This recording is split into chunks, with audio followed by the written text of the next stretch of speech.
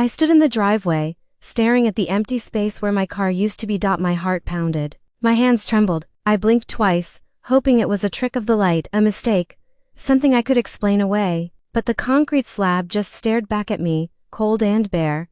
I had parked it there last night. I remembered checking the locks twice before bed. The silver paint had caught the porch light, gleaming like a promise. My promise. The one I made to myself 3 years ago when I decided I would finally own something that was mine. Truly mine. I pulled out my phone and called my mom.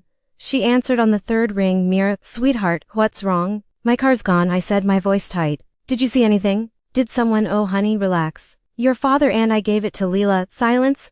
I couldn't speak. The words hit me like a slap, sharp and unexpected. You, what? We gave it to Leela. She needed a car, Mira. You know how hard things have been for her since the accident. She can't keep borrowing ours. It made sense, it made sense.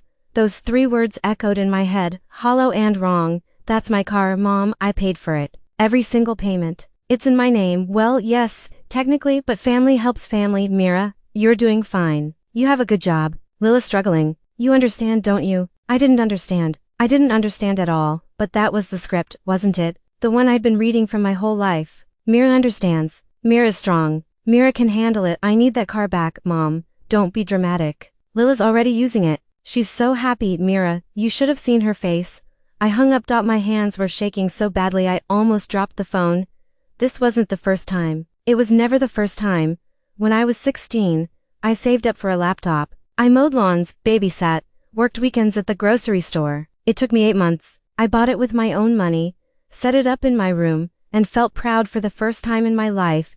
2 weeks later, Leela spilled soda on her laptop during one of her parties. My parents took mine and gave it to her. You're more responsible, Mira. You'll take care of hers. Hers was broken. The screen flickered. The keyboard stuck. But I used it anyway because that's what I did. When I was 19, I got a bike. A beautiful red bike I'd been eyeing for months. I rode it to campus every day.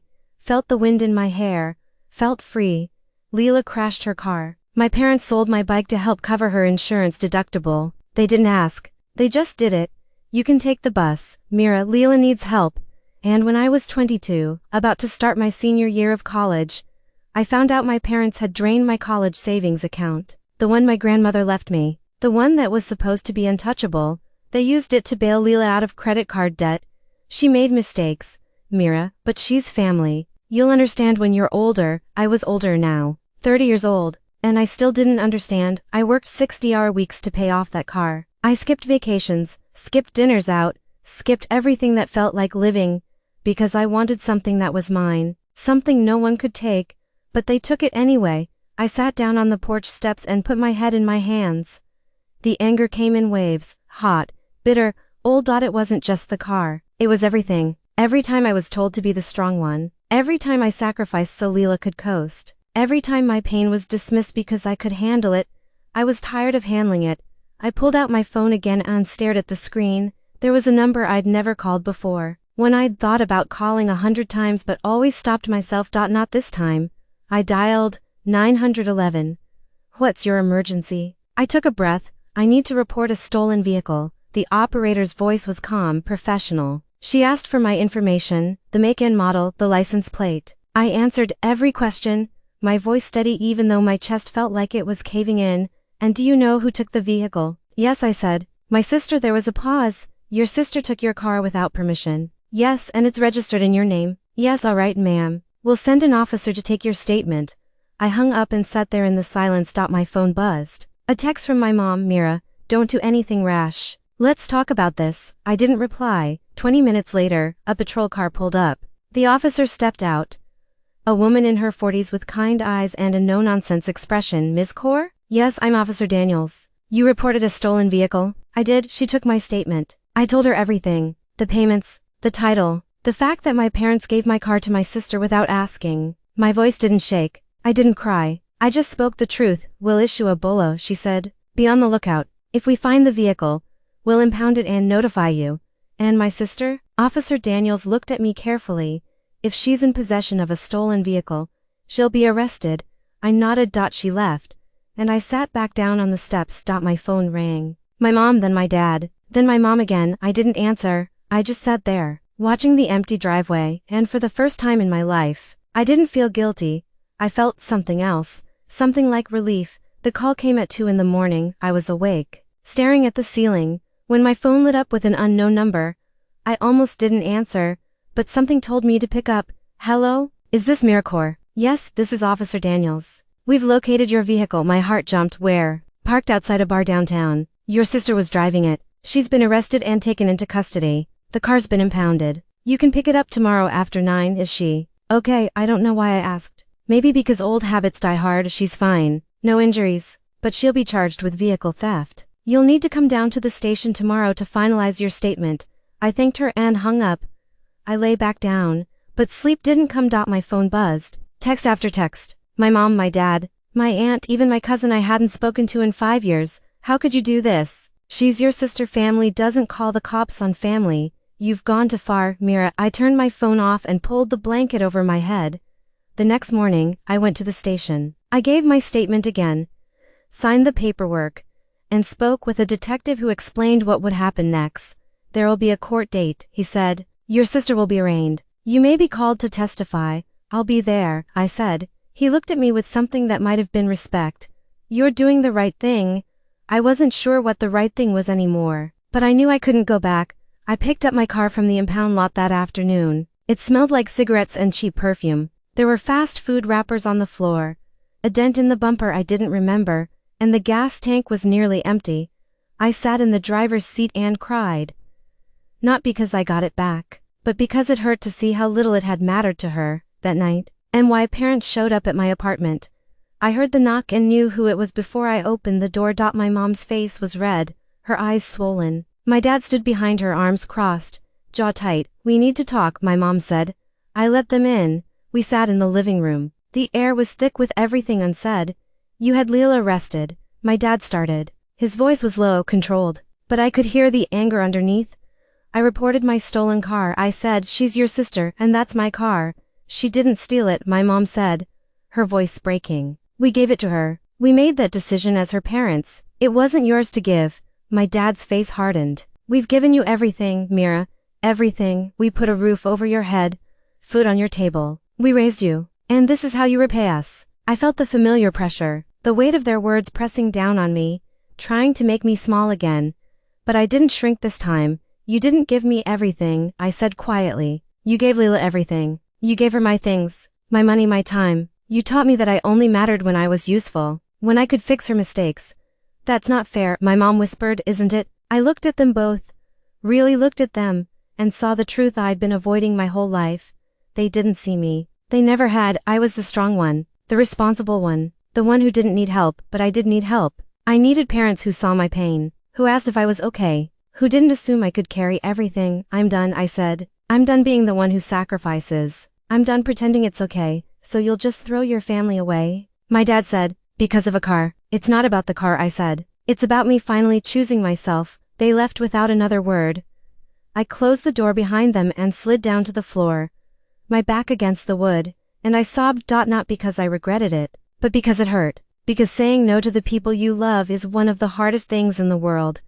But I'd done it. The court date came 3 weeks later. I sat in the back of the courtroom, hands folded in my lap, watching as Leila stood before the judge. She looked small, tired. Her hair was pulled back in a messy ponytail, and she wore a blazer I didn't recognize. Probably borrowed. Her lawyer spoke. The prosecutor spoke. The judge asked Leila if she understood the charges. Yes, Your Honor, she said quietly. How do you plead? There was a pause. A long, heavy pause. Guilty. The word hung in the air. The judge sentenced her to 2 years probation, a suspended license, community service, and restitution for the damage to the car and impound fees. Leila didn't look at me, not once. When it was over, I walked out into the sunlight and breathed. It was done. I got into my car and drove. I didn't know where I was going. I just drove. I ended up at a park I used to go to as a kid. I sat on a bench and watched the trees sway in the wind. My phone buzzed, a text from my mom. I hope you're happy. I didn't reply. Instead, I opened my notes app and started typing, a list of things I wanted, things I needed, things I would no longer apologize for. At the top, I wrote, I deserve to take up space. I read it over and over until I believed it.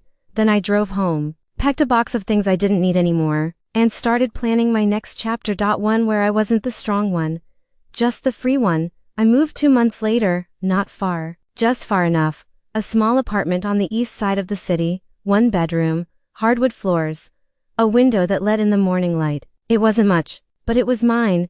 I didn't tell my parents the address. I changed my phone number and gave the new one only to people I trusted. My best friend from college, my coworker who'd become a friend, my therapist. Yes, I started seeing a therapist. Her name was Dr. Patel. She was in her 50s, with silver streaks in her hair and a calm voice that made me feel like I could say anything. In our first session, I cried for 40 minutes straight. She handed me tissues and didn't rush me. "You've been carrying a lot," she said when I finally stopped. "I don't know how to stop." I admitted, "That's why you're here, week by week." I learned that boundaries weren't cruel, that saying no didn't make me selfish, that I didn't owe anyone my pain just because they were family. I learned that love without respect isn't really love, and I learned that healing isn't linear. Some days I felt strong, other days I felt like I'd made a terrible mistake, but I kept going. I joined a support group for people estranged from their families. It met every Thursday night in the community center downtown. The first time I walked in, I almost turned around, but a woman with kind eyes and a warm smile waved me over. "First time?" she asked. I nodded. "You're in the right place." I sat in that circle and listened to stories that sounded like mine. Different details, same pain. A man who'd been the family scapegoat, a woman whose parents enabled her brother's addiction at her expense, a young guy who'd been disowned for setting boundaries when it was my turn to share. I told them about the car, and they understood. No one said, "But they're your family." No one said, "You should forgive them." They just nodded and said, "I'm glad you chose yourself." For the first time, I didn't feel alone. Months passed. I started running in the mornings. I took a pottery class on weekends. I read books I'd been meaning to read for years. I went to the movies alone and didn't feel awkward about it. I learned what it felt like to live without waiting for the other shoe to drop. My car stayed parked in my designated spot. I waxed it once a month. I kept the interior clean. I played music too loud and drove with the windows down on warm days. It was still mine. One evening, a year after everything happened, I came home to find a letter in my mailbox. No return address. Just my name in handwriting I recognized. Lila's. I stared at it for a long time before opening it. Inside was a single page, handwritten on lined paper. "Mira, I don't know if you'll read this. I don't know if you'll care, but I need to say it anyway. I'm sorry. I'm sorry for taking your car. I'm sorry for everything before that. The laptop, the bike, the money, all of it. I didn't see it then. I didn't see how much you gave up, how much you carried. I just thought that's how it was. That you were fine. That you didn't need anything because you always seemed so strong. But you weren't fine. And I wasn't paying attention. Mom and Dad taught me that you'd always be there to catch me. And I believed them. I took and never thought about what it cost you. I'm not asking you to forgive me. I don't think I deserve that. But I wanted you to know that I see it now. I see you now. I'm in therapy. I'm working part-time. I'm trying to figure out who I am when I'm not being bailed out. It's hard, but I think it's the first real thing I've ever done. I hope you're okay. I hope you're happy. I'm sorry it took losing you for me to grow up. Leela. I read it twice. Then I folded it carefully and put it in a drawer. I didn't write back, not because I was angry, but because I didn't need to. Her apology was hers to give. My forgiveness was mine to keep or give on my own terms, and I wasn't ready yet. Maybe I never would be, but that was okay. I stood by the window and looked out at the city lights. My reflection faint in the glass. I thought about the girl I used to be, the one who believed that love meant sacrifice, that being strong meant being silent. I thought about the woman I was becoming, the one who knew her worth, who protected her peace, who walked away from anything that made her small. It had been a long road, but I was finally home. Not in a place, but in myself. I picked up my phone and opened my notes app. The list I'd started a year ago. At the top, it still said, "I deserve to take up space." I added a new line, "and I finally do." I smiled. Then I put on my jacket, grabbed my keys, and went for a drive, just because I could. The road stretched out ahead of me, dark and endless and mine. I turned up the music, rolled down the windows, and felt the night air on my face. I didn't know where I was going, but I knew I was free. And that was enough.